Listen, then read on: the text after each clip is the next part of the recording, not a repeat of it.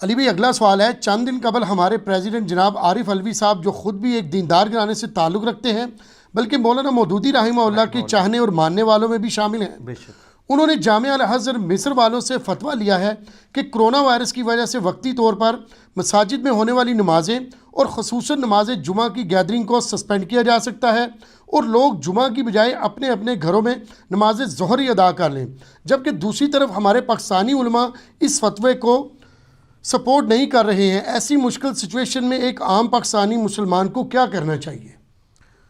پہلی تو بات یہ کہ یہ ڈاکٹر عارف علوی صاحب جو ہیں حفظہ اللہ تعالیٰ انتہائی دیندار شخصیت ہے، کوئی شک نہیں، ان کی دینداری میں کوئی شک نہیں ہے۔ یہ اپنے ہاسپٹل میں باقاعدہ خود درس بھی دیتے تھے، اب تو خیر وہ جب سے پریزیڈنٹ بنے ہیں تو یہاں ان کی مصروفیات ہیں، اور نماز بھی خود پڑھاتے تھے۔ اور یہ جو ان کے بارے میں لوگوں نے مشہور کر دیا شیعہ ہیں، یہ سنی خاندان سے تعلق رکھتے ہیں، مودودی صاحب کے فالوور ہیں، بلکہ جماعت اسلامی کے رکن بھی رہے ہیں۔ باقی شیعہ بھی ہوتے ہیں، ہمیں تو اس سے غرض نہیں تھا، ہم تو مسلمان ہی سمجھتے ہیں، علمی اختلاف اپنی جگہ، لیکن ایک چونکہ ان کے نام کے ساتھ علوی آ گیا نا تو وہ کہتے ہیں شیعہ ہوں گے، جس طرح میرے نام کے ساتھ مرزا آتا ہے تو کہتے ہیں قادیانی ہوگا، ٹھیک ہے، وہ تو شکر ہے ظفر مرزا بھی آ گیا ایک، تو انہیں کم از کم انہوں نے جو گورنمنٹ کا اسپوکس مین اس وقت بنا ہوا ہے کرونا کے حوالے سے۔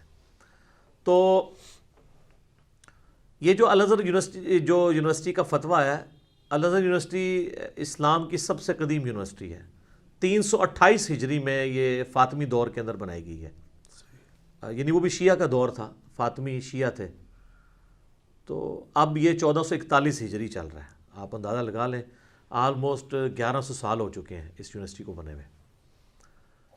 وہاں تمام مکاتب فکر کے، خصوصاً جو اہل سنت کے جتنے اسکول آف تھاٹ ہیں، حنفی، شافعی، مالکی، حنبلی، ان کے علماء ہیں، اور ایک دوسرے کی سپورٹ کے لیے فتوے بھی دیتے رہتے ہیں۔ حنفیوں کو مالکی فتویٰ چاہیے ہو تو وہ مل جاتا ہے، مالکیوں کو حنفی چاہیے ہو تو وہ مل جاتا ہے۔ یہ فتویٰ جو آیا نا جی، یہ فتویٰ جتنا مرضی یہاں پہ فتوے منگوا لیں، ڈاکٹر صاحب جو ہیں ہمارے پریزیڈنٹ صاحب، یہاں کے علماء نے ان فتووں کو نہیں ماننا۔ ہاں، یہ تو ان کی میں سمجھتا ہوں کہ کمظرفی ہے اگر یہ سمجھ رہے ہیں۔ یہاں چاہیے کہ پریزیڈنٹ ہوں یا پرائم منسٹر، یہاں کے بڑے علماء کو، مفتی منیب الرحمان صاحب کو، مفتی تقی عثمانی صاحب کو، امین شہیدی صاحب کو، ساجد میر صاحب کو، یہ سارے فرقوں کے میں نے بڑے بڑے علماء کے نام لیے، ان کو آپ اعتماد میں لیں، ان کی میٹنگ کال کریں اور ان کو پوری سچویشن بتا کے ان کے ذریعے جو چیز امپلیمنٹ ہوگی وہ مانی جائے گی۔ ورنہ میں آپ کو بتاؤں، نہ پاکستان کی پولیٹیکل گورنمنٹ، نہ پاکستان کے ریاستی ادارے، چاہے پولیس ہو، فوج ہو، ایجنسیز ہوں، کوئی ایسی چیز امپلیمنٹ نہیں کر سکتے جس کو پاکستان کے علماء سپورٹ نہ کریں۔ یعنی اس چیز کو میں المیہ بھی سمجھتا ہوں اور خوش قسمتی بھی سمجھتا ہوں، کیونکہ بعض اوقات واقعی ہمارے ان علماء جن سے میں سخت اختلاف رکھتا ہوں، ان کے سٹینڈنگ کی وجہ سے کئی ایک غیر اسلامی چیزیں بھی دب جاتی ہیں۔ میں اسپیسیفکلی اس کیس کی بات نہیں کر رہا، جنرل بات کر رہا ہوں۔ جس طرح پاسپورٹ سے انہوں نے وہ اسلام کا خانہ نکال دیا تھا، تو اس وقت پھر علماء کی وجہ سے ہی ان لوگوں کو ڈیسیژن واپس لینا پڑا۔ یہاں پر میں سمجھتا ہوں جو پاکستانی علماء نے انہوں نے جو فتویٰ دیا ہے وہ بڑا آپٹیمل فتویٰ ہے۔ انہوں نے فتویٰ یہ دیا ہے کہ جو بہت بوڑھے ہیں، کمزور ہیں، بچے ہیں، جو ونریبل ہیں، وہ اپنے گھروں میں ہی کوارنٹین میں رہیں، وہیں پہ نماز قائم کریں جماعت کروا کے، اور جو صحت مند لوگ ہیں وہ مسجد میں آئیں اور ایک دوسرے سے ہاتھ نہ ملائیں، کیونکہ اصل چیز تو سلام کرنا ہے۔ میرا بھی اس پہ پہلے بھی کلپ آ چکا تھا، لاکھوں لوگوں نے وہ دیکھا ہے۔ اور احتیاط کریں اور نماز مختصر ہو واپس چلے جائیں۔ لیکن گورنمنٹ ایک سٹیپ آگے گئی ہے، انہوں نے کہا کہ نہیں، یہ لوگ بھی گھروں میں نماز پڑھیں، مسجدیں ہم لاک نہیں کریں گے، مسجد کی جو انتظامیہ یا جو مؤذن اور امام مسجد ہیں بس وہی اذان دیں تاکہ اذانوں کی آواز بھی آتی رہے، مسجدیں بھی جماعت سے خالی نہ ہوں، بس 2-4 لمیٹڈ لوگ نماز پڑھ لیں تاکہ باقی لوگوں کی طرف سے ایک فرض کفایہ کے طور پہ ادا ہو جائے۔ کیٹاسٹرافک کنڈیشن ہے، تو اس پہ بھی علماء ایگری ہیں۔ میرا خیال ہے جس چیز پہ علماء ایگری کیے ہوئے ہیں اس کے اوپر ہی جانا چاہیے، اتنا کوئی سخت رویہ نہ اختیار کر لیا جائے کہ پھر آپ امپلیمنٹ کرنا مشکل ہو جائے۔ اور اس کو سپورٹیو وہ احادیث بھی ہیں، بخاری مسلم میں کئی احادیث ہے کہ نبی الاسلام سخت سردیوں میں اور بارش کے موسم میں اذان کے اندر حی علی الصلاح، حی علی الفلاح کی جگہ یہ ایڈ کروا دیتے تھے صلو فی رحالکم یا صلو فی الرحال یا صلو فی بیوتکم، اپنے گھروں میں ہی نماز پڑھ لو. اور بلکہ بخاری مسلم میں حدیث ہے کہ جمعے کا دن تھا تو ابن عباس نے مؤذن کو اذان کے دوران ٹوکتے ہوئے کہا. اس پہ امام بخاری نے باب باندھا ہے کہ اذان کے دوران گفتگو بھی کر سکتے ہیں، اور کہا کہ تم یہ ساتھ بول دو. بعد میں کچھ لوگوں نے اعتراض کیا تو ابن عباس نے کہا کہ بھئی میں بھی جمعے کی نماز کو فرض ہی سمجھتا ہوں، بخاری کے الفاظ ہیں، لیکن نبی علیہ السلام لوگوں کو تکلیف میں نہیں ڈالنا چاہتے تھے. تم میں سے کوئی شخص مسجد میں آئے، وہ کیچڑ کی وجہ سے ڈسٹرب ہو جائے. اچھا بعض لوگ کہہ رہے ہیں کہ جی وہ جو علماء ہے نا وہ کہتے ہیں جی وہ جو آیا نا کہ گھروں میں نماز پڑھو، یہ اس لیے کہ لوگ کیچڑ میں سلپ نہ ہو جائیں، ورنہ اگر سڑکیں پکی ہوتی تو صلو فی الرحال نہ ہوتا. تو میں ان کو کہوں گا کہ یہ آپ آدھی حدیث پیش کر رہے ہیں. بخاری مسلم میں الفاظ ہے کہ سخت سردیوں کے موسم میں بھی نبی علیہ السلام یہ کہتے ہیں. سردیوں کے موسم میں کون سا کیچڑ تھا؟ بارش میں تو کیچڑ مانا جا سکتا ہے، تو سردیوں کے موسم میں کیا تھا؟ آنے میں تکلیف، خوف. جو صحیح مسلم میں اوپر تلے 10 احادیث ہیں 1629 سے آنورڈ. ابن عباس کہتے ہیں کہ اللہ کے نبی علیہ السلام نے بغیر خوف کے، بغیر بارش کے اور بغیر سفر کے، یعنی مدینہ شریف میں ہمیں زور اثر کی نمازیں جمع کروائی اور مغرب اور عشاء بھی جمع کروائی. تو تابعین نے پوچھا کیوں کیا تھا ایسا؟ کہا تاکہ امت کے لیے آسانی ہو جائے، کوئی حرج باقی نہ رہے، کوئی تنگی باقی نہ رہے. تو اس سے رزلٹ نکلا کہ آپ نمازوں کو جمع بھی کر سکتے ہیں بغیر خوف کے، بغیر بارش کے اور بغیر سفر کے بھی کبھی کبھار. تو اس میں امپلائڈ ہے کہ خوف کے ساتھ، بارش کے ساتھ اور سفر کے ساتھ تو ویسے ہی کر سکتے ہیں، اور اس کو سپورٹی بخاری مسلم میں درجنوں احادیث موجود ہیں. میرے الگ سے کئی کلپس اس کے اوپر موجود ہیں. تو نمازیں جمع بھی ہو سکتی ہیں گھروں میں بھی. اگر کیٹاسٹرافک کنڈیشن میں نماز پڑ جاتی ہے اور آپ نے مزید کوئی تسلی کرنی جس طرح یورپ اور امریکہ میں، تو آپ اپنے گھروں میں فرض نماز کے لیے اذان دیں، اقامت کریں، جماعت قائم کریں. اور اس میں پھر جمعے کی نماز جو ہے نا وہ نہیں پڑھی جائے گی گھر میں. یہ بعض کوئی یہ بھی افواہ مچا رہے ہیں. یہ امت کا اجماع ہے کہ بھئی جب جمعے کی نماز مسجد میں ہوتی ہے، اور اس کی ایک شرائط ہے، جمعے کا مقصد نماز پڑھنا نہیں ہوتا، تذکیر ہوتا ہے، نصیحت ہوتا ہے. تو جب وہ ایک پولیٹیکل گیدرنگ ہی مسلمانوں کی نہیں ہو رہی ہے اور آپ گھروں میں ہیں، تو اب وہاں پہ تو آپ نے تقریریں کر کے تو ممبر تو نہیں کھڑے کرنے ہیں، اور ممبر بھی ہوتا ہے، اس میں ممبر پہ بھی چڑھنا ہوتا ہے. تو گھروں میں زور پڑی جائے گی، اس پہ اجماع امت ہے. جمعے والے دن بھی جب یہ اناؤنسمنٹ ہوتی تھی تو صحابہ کرام مطلب اس وقت گھروں میں آپ کو پتا آج تو 2-2 3-3 بچے ہیں، اس وقت تو 8-8 10-10 بچے ہوتے تھے. تو صحابہ کرام گھر جمعہ بھی کروا سکتے تھے. تو کوئی ثابت نہیں ہے کہ انہوں نے گھر کے بھی جمعہ کروایا ہو، گھر میں زور کی نماز. ایون مسلمانوں کو تو یہ مسئلہ بھی پتا ہے کہ اگر کسی کی جمعے کی نماز رہ گئی اور وہ مسجد میں آ کے نماز پڑھتا ہے تب بھی وہ جمعہ نہیں پڑھے گا، زور کی نماز ہی پڑھے گا. تو یہ کس نے مسئلہ نکال لیا؟ اور یہ بخاری مسلم میں جو حدیث ہے، جمعے کے دن نبی علیہ السلام نے کہا صلو فی الرحال، اپنے گھروں میں ہی نماز پڑھ لو. تو نماز گھر پڑھ سکتے ہیں، ہاں جماعت کروائیں. اب کل کتنی تیز بارش تھی، میں جمعے کے لیے نہیں جا سکا تو میں نے گھر میں جماعت کروائی. اور اس میں بخاری مسلم میں حدیث ہے کہ سب سے پہلے مردوں کی صف ہوگی، اس کے بعد چھوٹے بچوں کی، پھر غلاموں کی، اور اینڈ پہ عورتوں کی. یہ ترتیب ہوگی. اگر 2 مرد ہیں اور 1 عورت ہے تو مرد کو اپنے ساتھ کھڑا کریں، عورت کو پیچھے کھڑا کریں. اگر صرف میاں بیوی ہیں تو میاں آگے کھڑا ہو، بیوی پیچھے کھڑی ہو. اگر بچے بھی ہیں تو میاں آگے کھڑا ہو، پہلی صف میں بچوں کو کھڑا کرے اور دوسری صف میں پھر عورتوں کو کھڑا کرے گا. یہ نہیں ہے کہ بچوں کی ماں بچوں کے ساتھ کھڑی ہوگی، نہیں، اس کی صف پھر بھی علیحدہ ہی بنتی ہے. یہ سنت ہے. تو ہم نے تو کل پھر زور اثر کو جمع بھی کیا، 4 فرض زور کے پڑھے، 4 اثر کے پڑھے اور جمعے کی جگہ، اور اس سنت پہ بھی عمل کیا، اذان بھی دی اور اقامت بھی کہی. تو آپ اس طریقے سے کر سکتے ہیں. باقی اس سچویشن میں آپٹیمل، میں تو پاکستان کے علماء کے فتوے کے ساتھ ایگری کرتا ہوں. میں الازہر کی جو علماء ہیں نا، میں ان کی کریڈیبلٹی کو نہیں مانتا. اس کی وجہ یہ ہے کہ یہ لوگ دنیا دار بھی بہت زیادہ ہیں. ان لوگوں نے بینکنگ کے سود کے حلال ہونے کے اوپر بھی فتوے دیے ہوئے ہیں. اور الازہر میں تو آپ پتہ ہے اکثر علماء نے داڑھیاں بھی نہیں رکھی ہوئی. وہاں پہ جو نماز پڑھانے والے ہیں وہ بھی کلین شیو ہے. اس سے آپ دین کے ساتھ ان کے جو شغف ہے اس کا اندازہ لگا لیں. وہ دین کو ایز اے نالج پڑھ رہے ہوتے ہیں، پریکٹسنگ اس طریقے سے وہ نہیں ہوتے ہیں، لہٰذا ان کے فتووں کی ایز سچ اہمیت نہیں ہے. اور میرا خیال ہے یہاں پہ کئی علماء ہیں جو ان سے زیادہ نالج والے ہیں اور زیادہ خوف خدا رکھنے والے لوگ ہیں. ہماری گورنمنٹ کو چاہیے ہمارے ملک کے جو اپنے علماء ہیں ان کے فتووں کو فالو کریں. یہاں پہ بڑا ابھی تک تو علماء آپ کا پورا اس اعتبار سے ساتھ دے رہے ہیں، اور میڈیا پہ آ کے وہ ڈاکٹرز کی جتنی بھی ہدایات ہیں انہی کے اوپر چلنے کو پبلک کو کہہ رہے ہیں خام خواہ مطلب. اور مجھے بڑی خوشی ہوئی ہے کہ پہلی دفعہ علماء کا ایک پازیٹیو چہرہ میڈیا کے سامنے آیا ہے. جتنے علماء بڑے ڈیسنٹ طریقے سے گفتگو کر رہے ہیں، اور انہوں نے کوئی اس طرح پینک پھیلانے کی کوشش نہیں کی ہے. باقی ایک دیوبندی عالم نے کل وہ جلندری صاحب نے بڑی اچھی بات کی ایک ٹی وی ٹاک شو میں. انہوں نے کہا یہ آپ جو بار بار کہہ رہے ہیں نا کہ ہماری کرونا کے خلاف جنگ ہے, یہ الفاظ نہ استعمال کریں. یہ اللہ کی طرف سے آئی ہوئی آزمائش ہے. آپ کہیں کہ ہم کرونا کے علاج کی کوشش کریں گے, کیونکہ ان چیزوں کے ساتھ آپ جنگ نہیں کر سکتے بلکہ آپ علاج کریں گے. جو اللہ کی طرف سے تکلیفیں آتی ہیں, مجھے بڑی یہ پازیٹیو, وہ اینکر نے بھی خیر ایگری کیا کہ آپ کے الفاظ ٹھیک ہیں, کہ ہمیں یہ کہنا چاہیے کہ ہم اس کے علاج کے لیے اور مریضوں کی صحت یابی کے لیے کوشش کریں گے. اللہ کے ساتھ کوئی جنگ نہیں کر سکتا. اللہ سے دعا مانگیں گے کہ اللہ تعالیٰ اس آفت کو ہم سے ٹالے. ہاں آمین ثم آمین, کیونکہ اللہ کی طرف سے آئی ہوئی کوئی چیز آپ نہیں ٹال سکتے. اور ہم جتنی کوششیں بھی کرتے ہیں نا, وہ بھی اللہ کی اطاعت سے ہی کر رہے ہوتے ہیں. صحیح بخاری میں حدیث ہے, اللہ نے کوئی ایسی بیماری نازل نہیں کی جس کی دوا نہ ہو.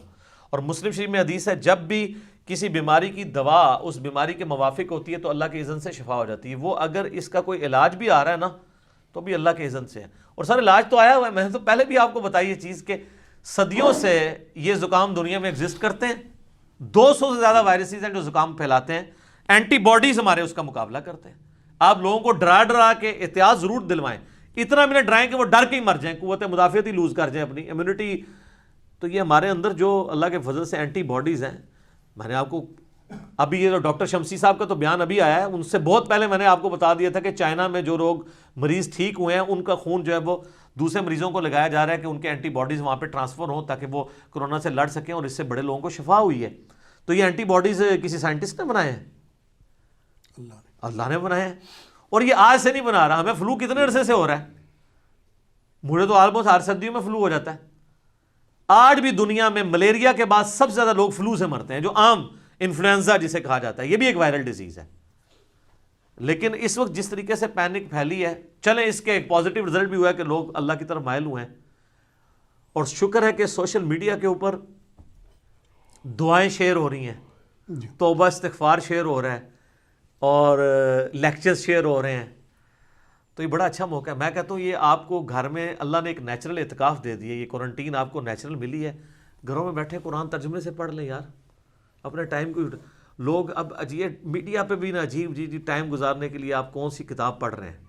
خدا کے لیے مسلمان ملک میں یہ باتیں کر رہے ہو, آپ کو تو میڈیا سے کہنا چاہیے کہ آپ ٹائم گزارنے کے لیے قرآن ترجمے سے پڑھیں.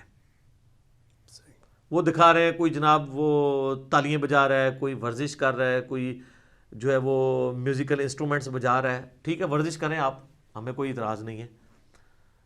لیکن آپ لوگوں کو یہ بھی ترغیب دلائیں کہ یار لوگ جو ہے وہ قرآن پڑھیں ترجمے کے ساتھ. اور جو سٹوڈنٹس جن کی کلاسیں شروع ہونی تھیں وہ اپنی کتابیں لے کے بیٹھیں, آن لائن تعلیم حاصل کریں. ابھی کئی بچے ہیں جنہوں نے والنٹیئرلی خود یوٹیوب پہ چینلز بنا کے اپنی کلاسوں کی ویڈیوز اپلوڈ کرنی شروع کی ہیں اپنے جونیئرز کے لیے. جو وہ سینئر کلاسوں میں چلے گئے ہیں تو اپنی پرانی کلاسوں کی ویڈیوز بنا رہے ہیں تاکہ جونیئرز جو اسکول نہیں جا سکیں گے وہ تعلیم حاصل کریں. یہ پاکستان میں لوگ ایسے کر رہے ہیں, اور یورپ امریکہ میں تو آن لائن کلاسز شروع ہو گئی ہیں, باقاعدہ حاضری لگتی ہے. تو بچوں کو ڈھیلا نہ چھوڑیں. ویسے ہی بچوں کو سنبھالنا بڑا مشکل ہے, تو ان کو کم از کم ایک اسی روٹین کے اوپر رکھیں. خود بھی نماز پڑھیں. اب کرنا کرانا تو آپ نے کچھ نہیں ہے. اچھا اب بھی ہماری نیشن یہ کہہ سکتی ہے کہ ہمیں زندگی میں ٹائم نہیں ملا. یار کہتے ٹائم ہوں تو ٹائم لگ گیا جائے. ہماری ویڈیوز نکال کے آپ اپنی اصلاح کرنی شروع کریں, قرآن کی کلاسز دیکھنی شروع کریں. بہت ٹائم ہے سر آپ کے پاس, ٹائم ختم ہی نہیں ہوتا. برے کاموں میں نہ لگائیں, اچھے کاموں میں لگائیں اور اس کا فائدہ اٹھائیں.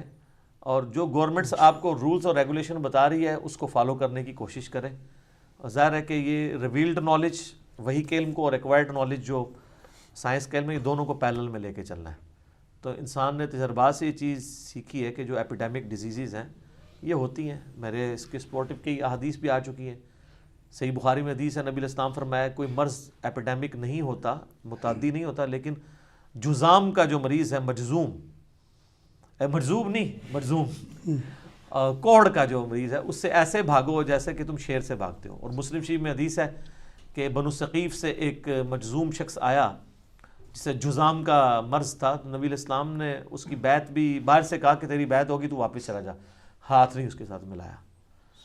اور بخاری مسلم میں حدیث ہے, نبی علیہ السلام نے فرمایا کہ کوئی بھی اپنے بیمار اونٹ کو صحت مند اونٹوں میں شامل نہ کرے. کئی ایک حدیث میری کرونا کے اوپر تو اللہ کے فضل سے اس وقت, باقی لوگوں کی ویڈیوز تو خالی مطلب تسلیوں والی ہے نا, میں نے تو ایک علمی ڈسکشن کی ہے.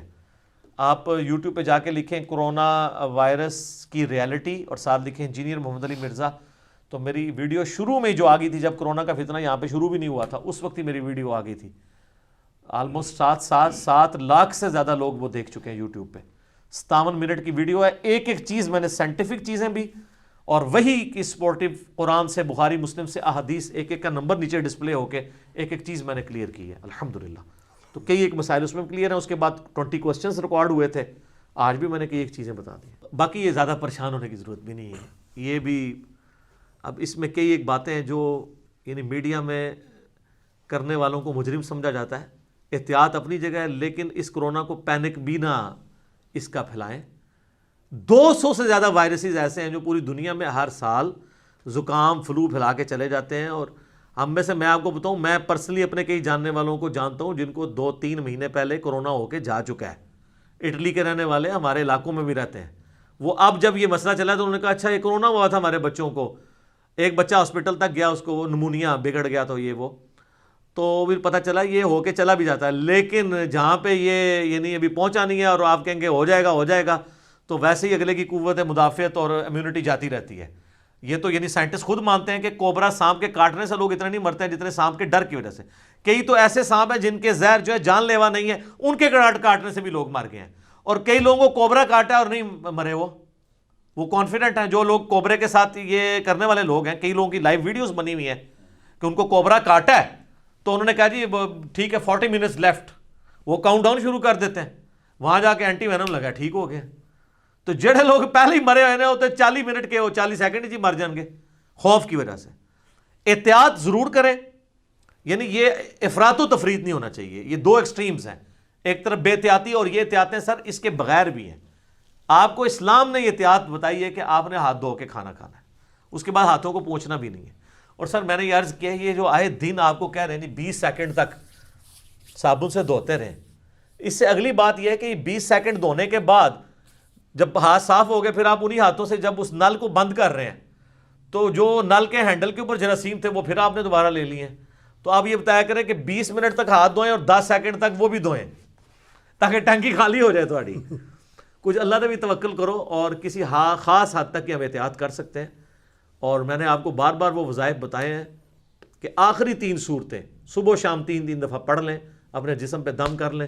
اس سے بہتر کوئی وظیفہ نہیں ہے. جامعہ ترمذی میں سنن نسائی میں حدیث ہے جب یہ 3 صورتیں نازل ہوئیں المعوذات، 3 پناہ دینے والی صورتیں، سورۃ الاخلاص، سورۃ الفلق اور سورۃ الناس، تو نبی علیہ السلام نے باقی دعائیں چھوڑ کے انہی 3 صورتوں کو لے لیا تھا. سب کچھ ہے اس کے اندر. سورہ اخلاص میں توحید ہے، اللہ کا بہترین ذکر، اور ذکر ہی تو شیطان کے اگینسٹ اور ساری چیزوں کے اگینسٹ اللہ کی پناہ دیتا ہے. سورۃ الفلق باہر سے حملہ آور ہونے والی ہر چیز کے اگینسٹ اللہ کی پناہ. من شر ما خلق، میں ہر اس چیز کے شر سے تیری پناہ میں آتا ہوں جو تو نہیں پیدا کی ہے. اور قل اعوذ برب الناس، اندر سے جو حملہ آور ہونے والی چیزیں ہیں ان کے اگینسٹ اللہ کی پناہ. ٹھیک ہو گیا. جزاک اللہ خیر.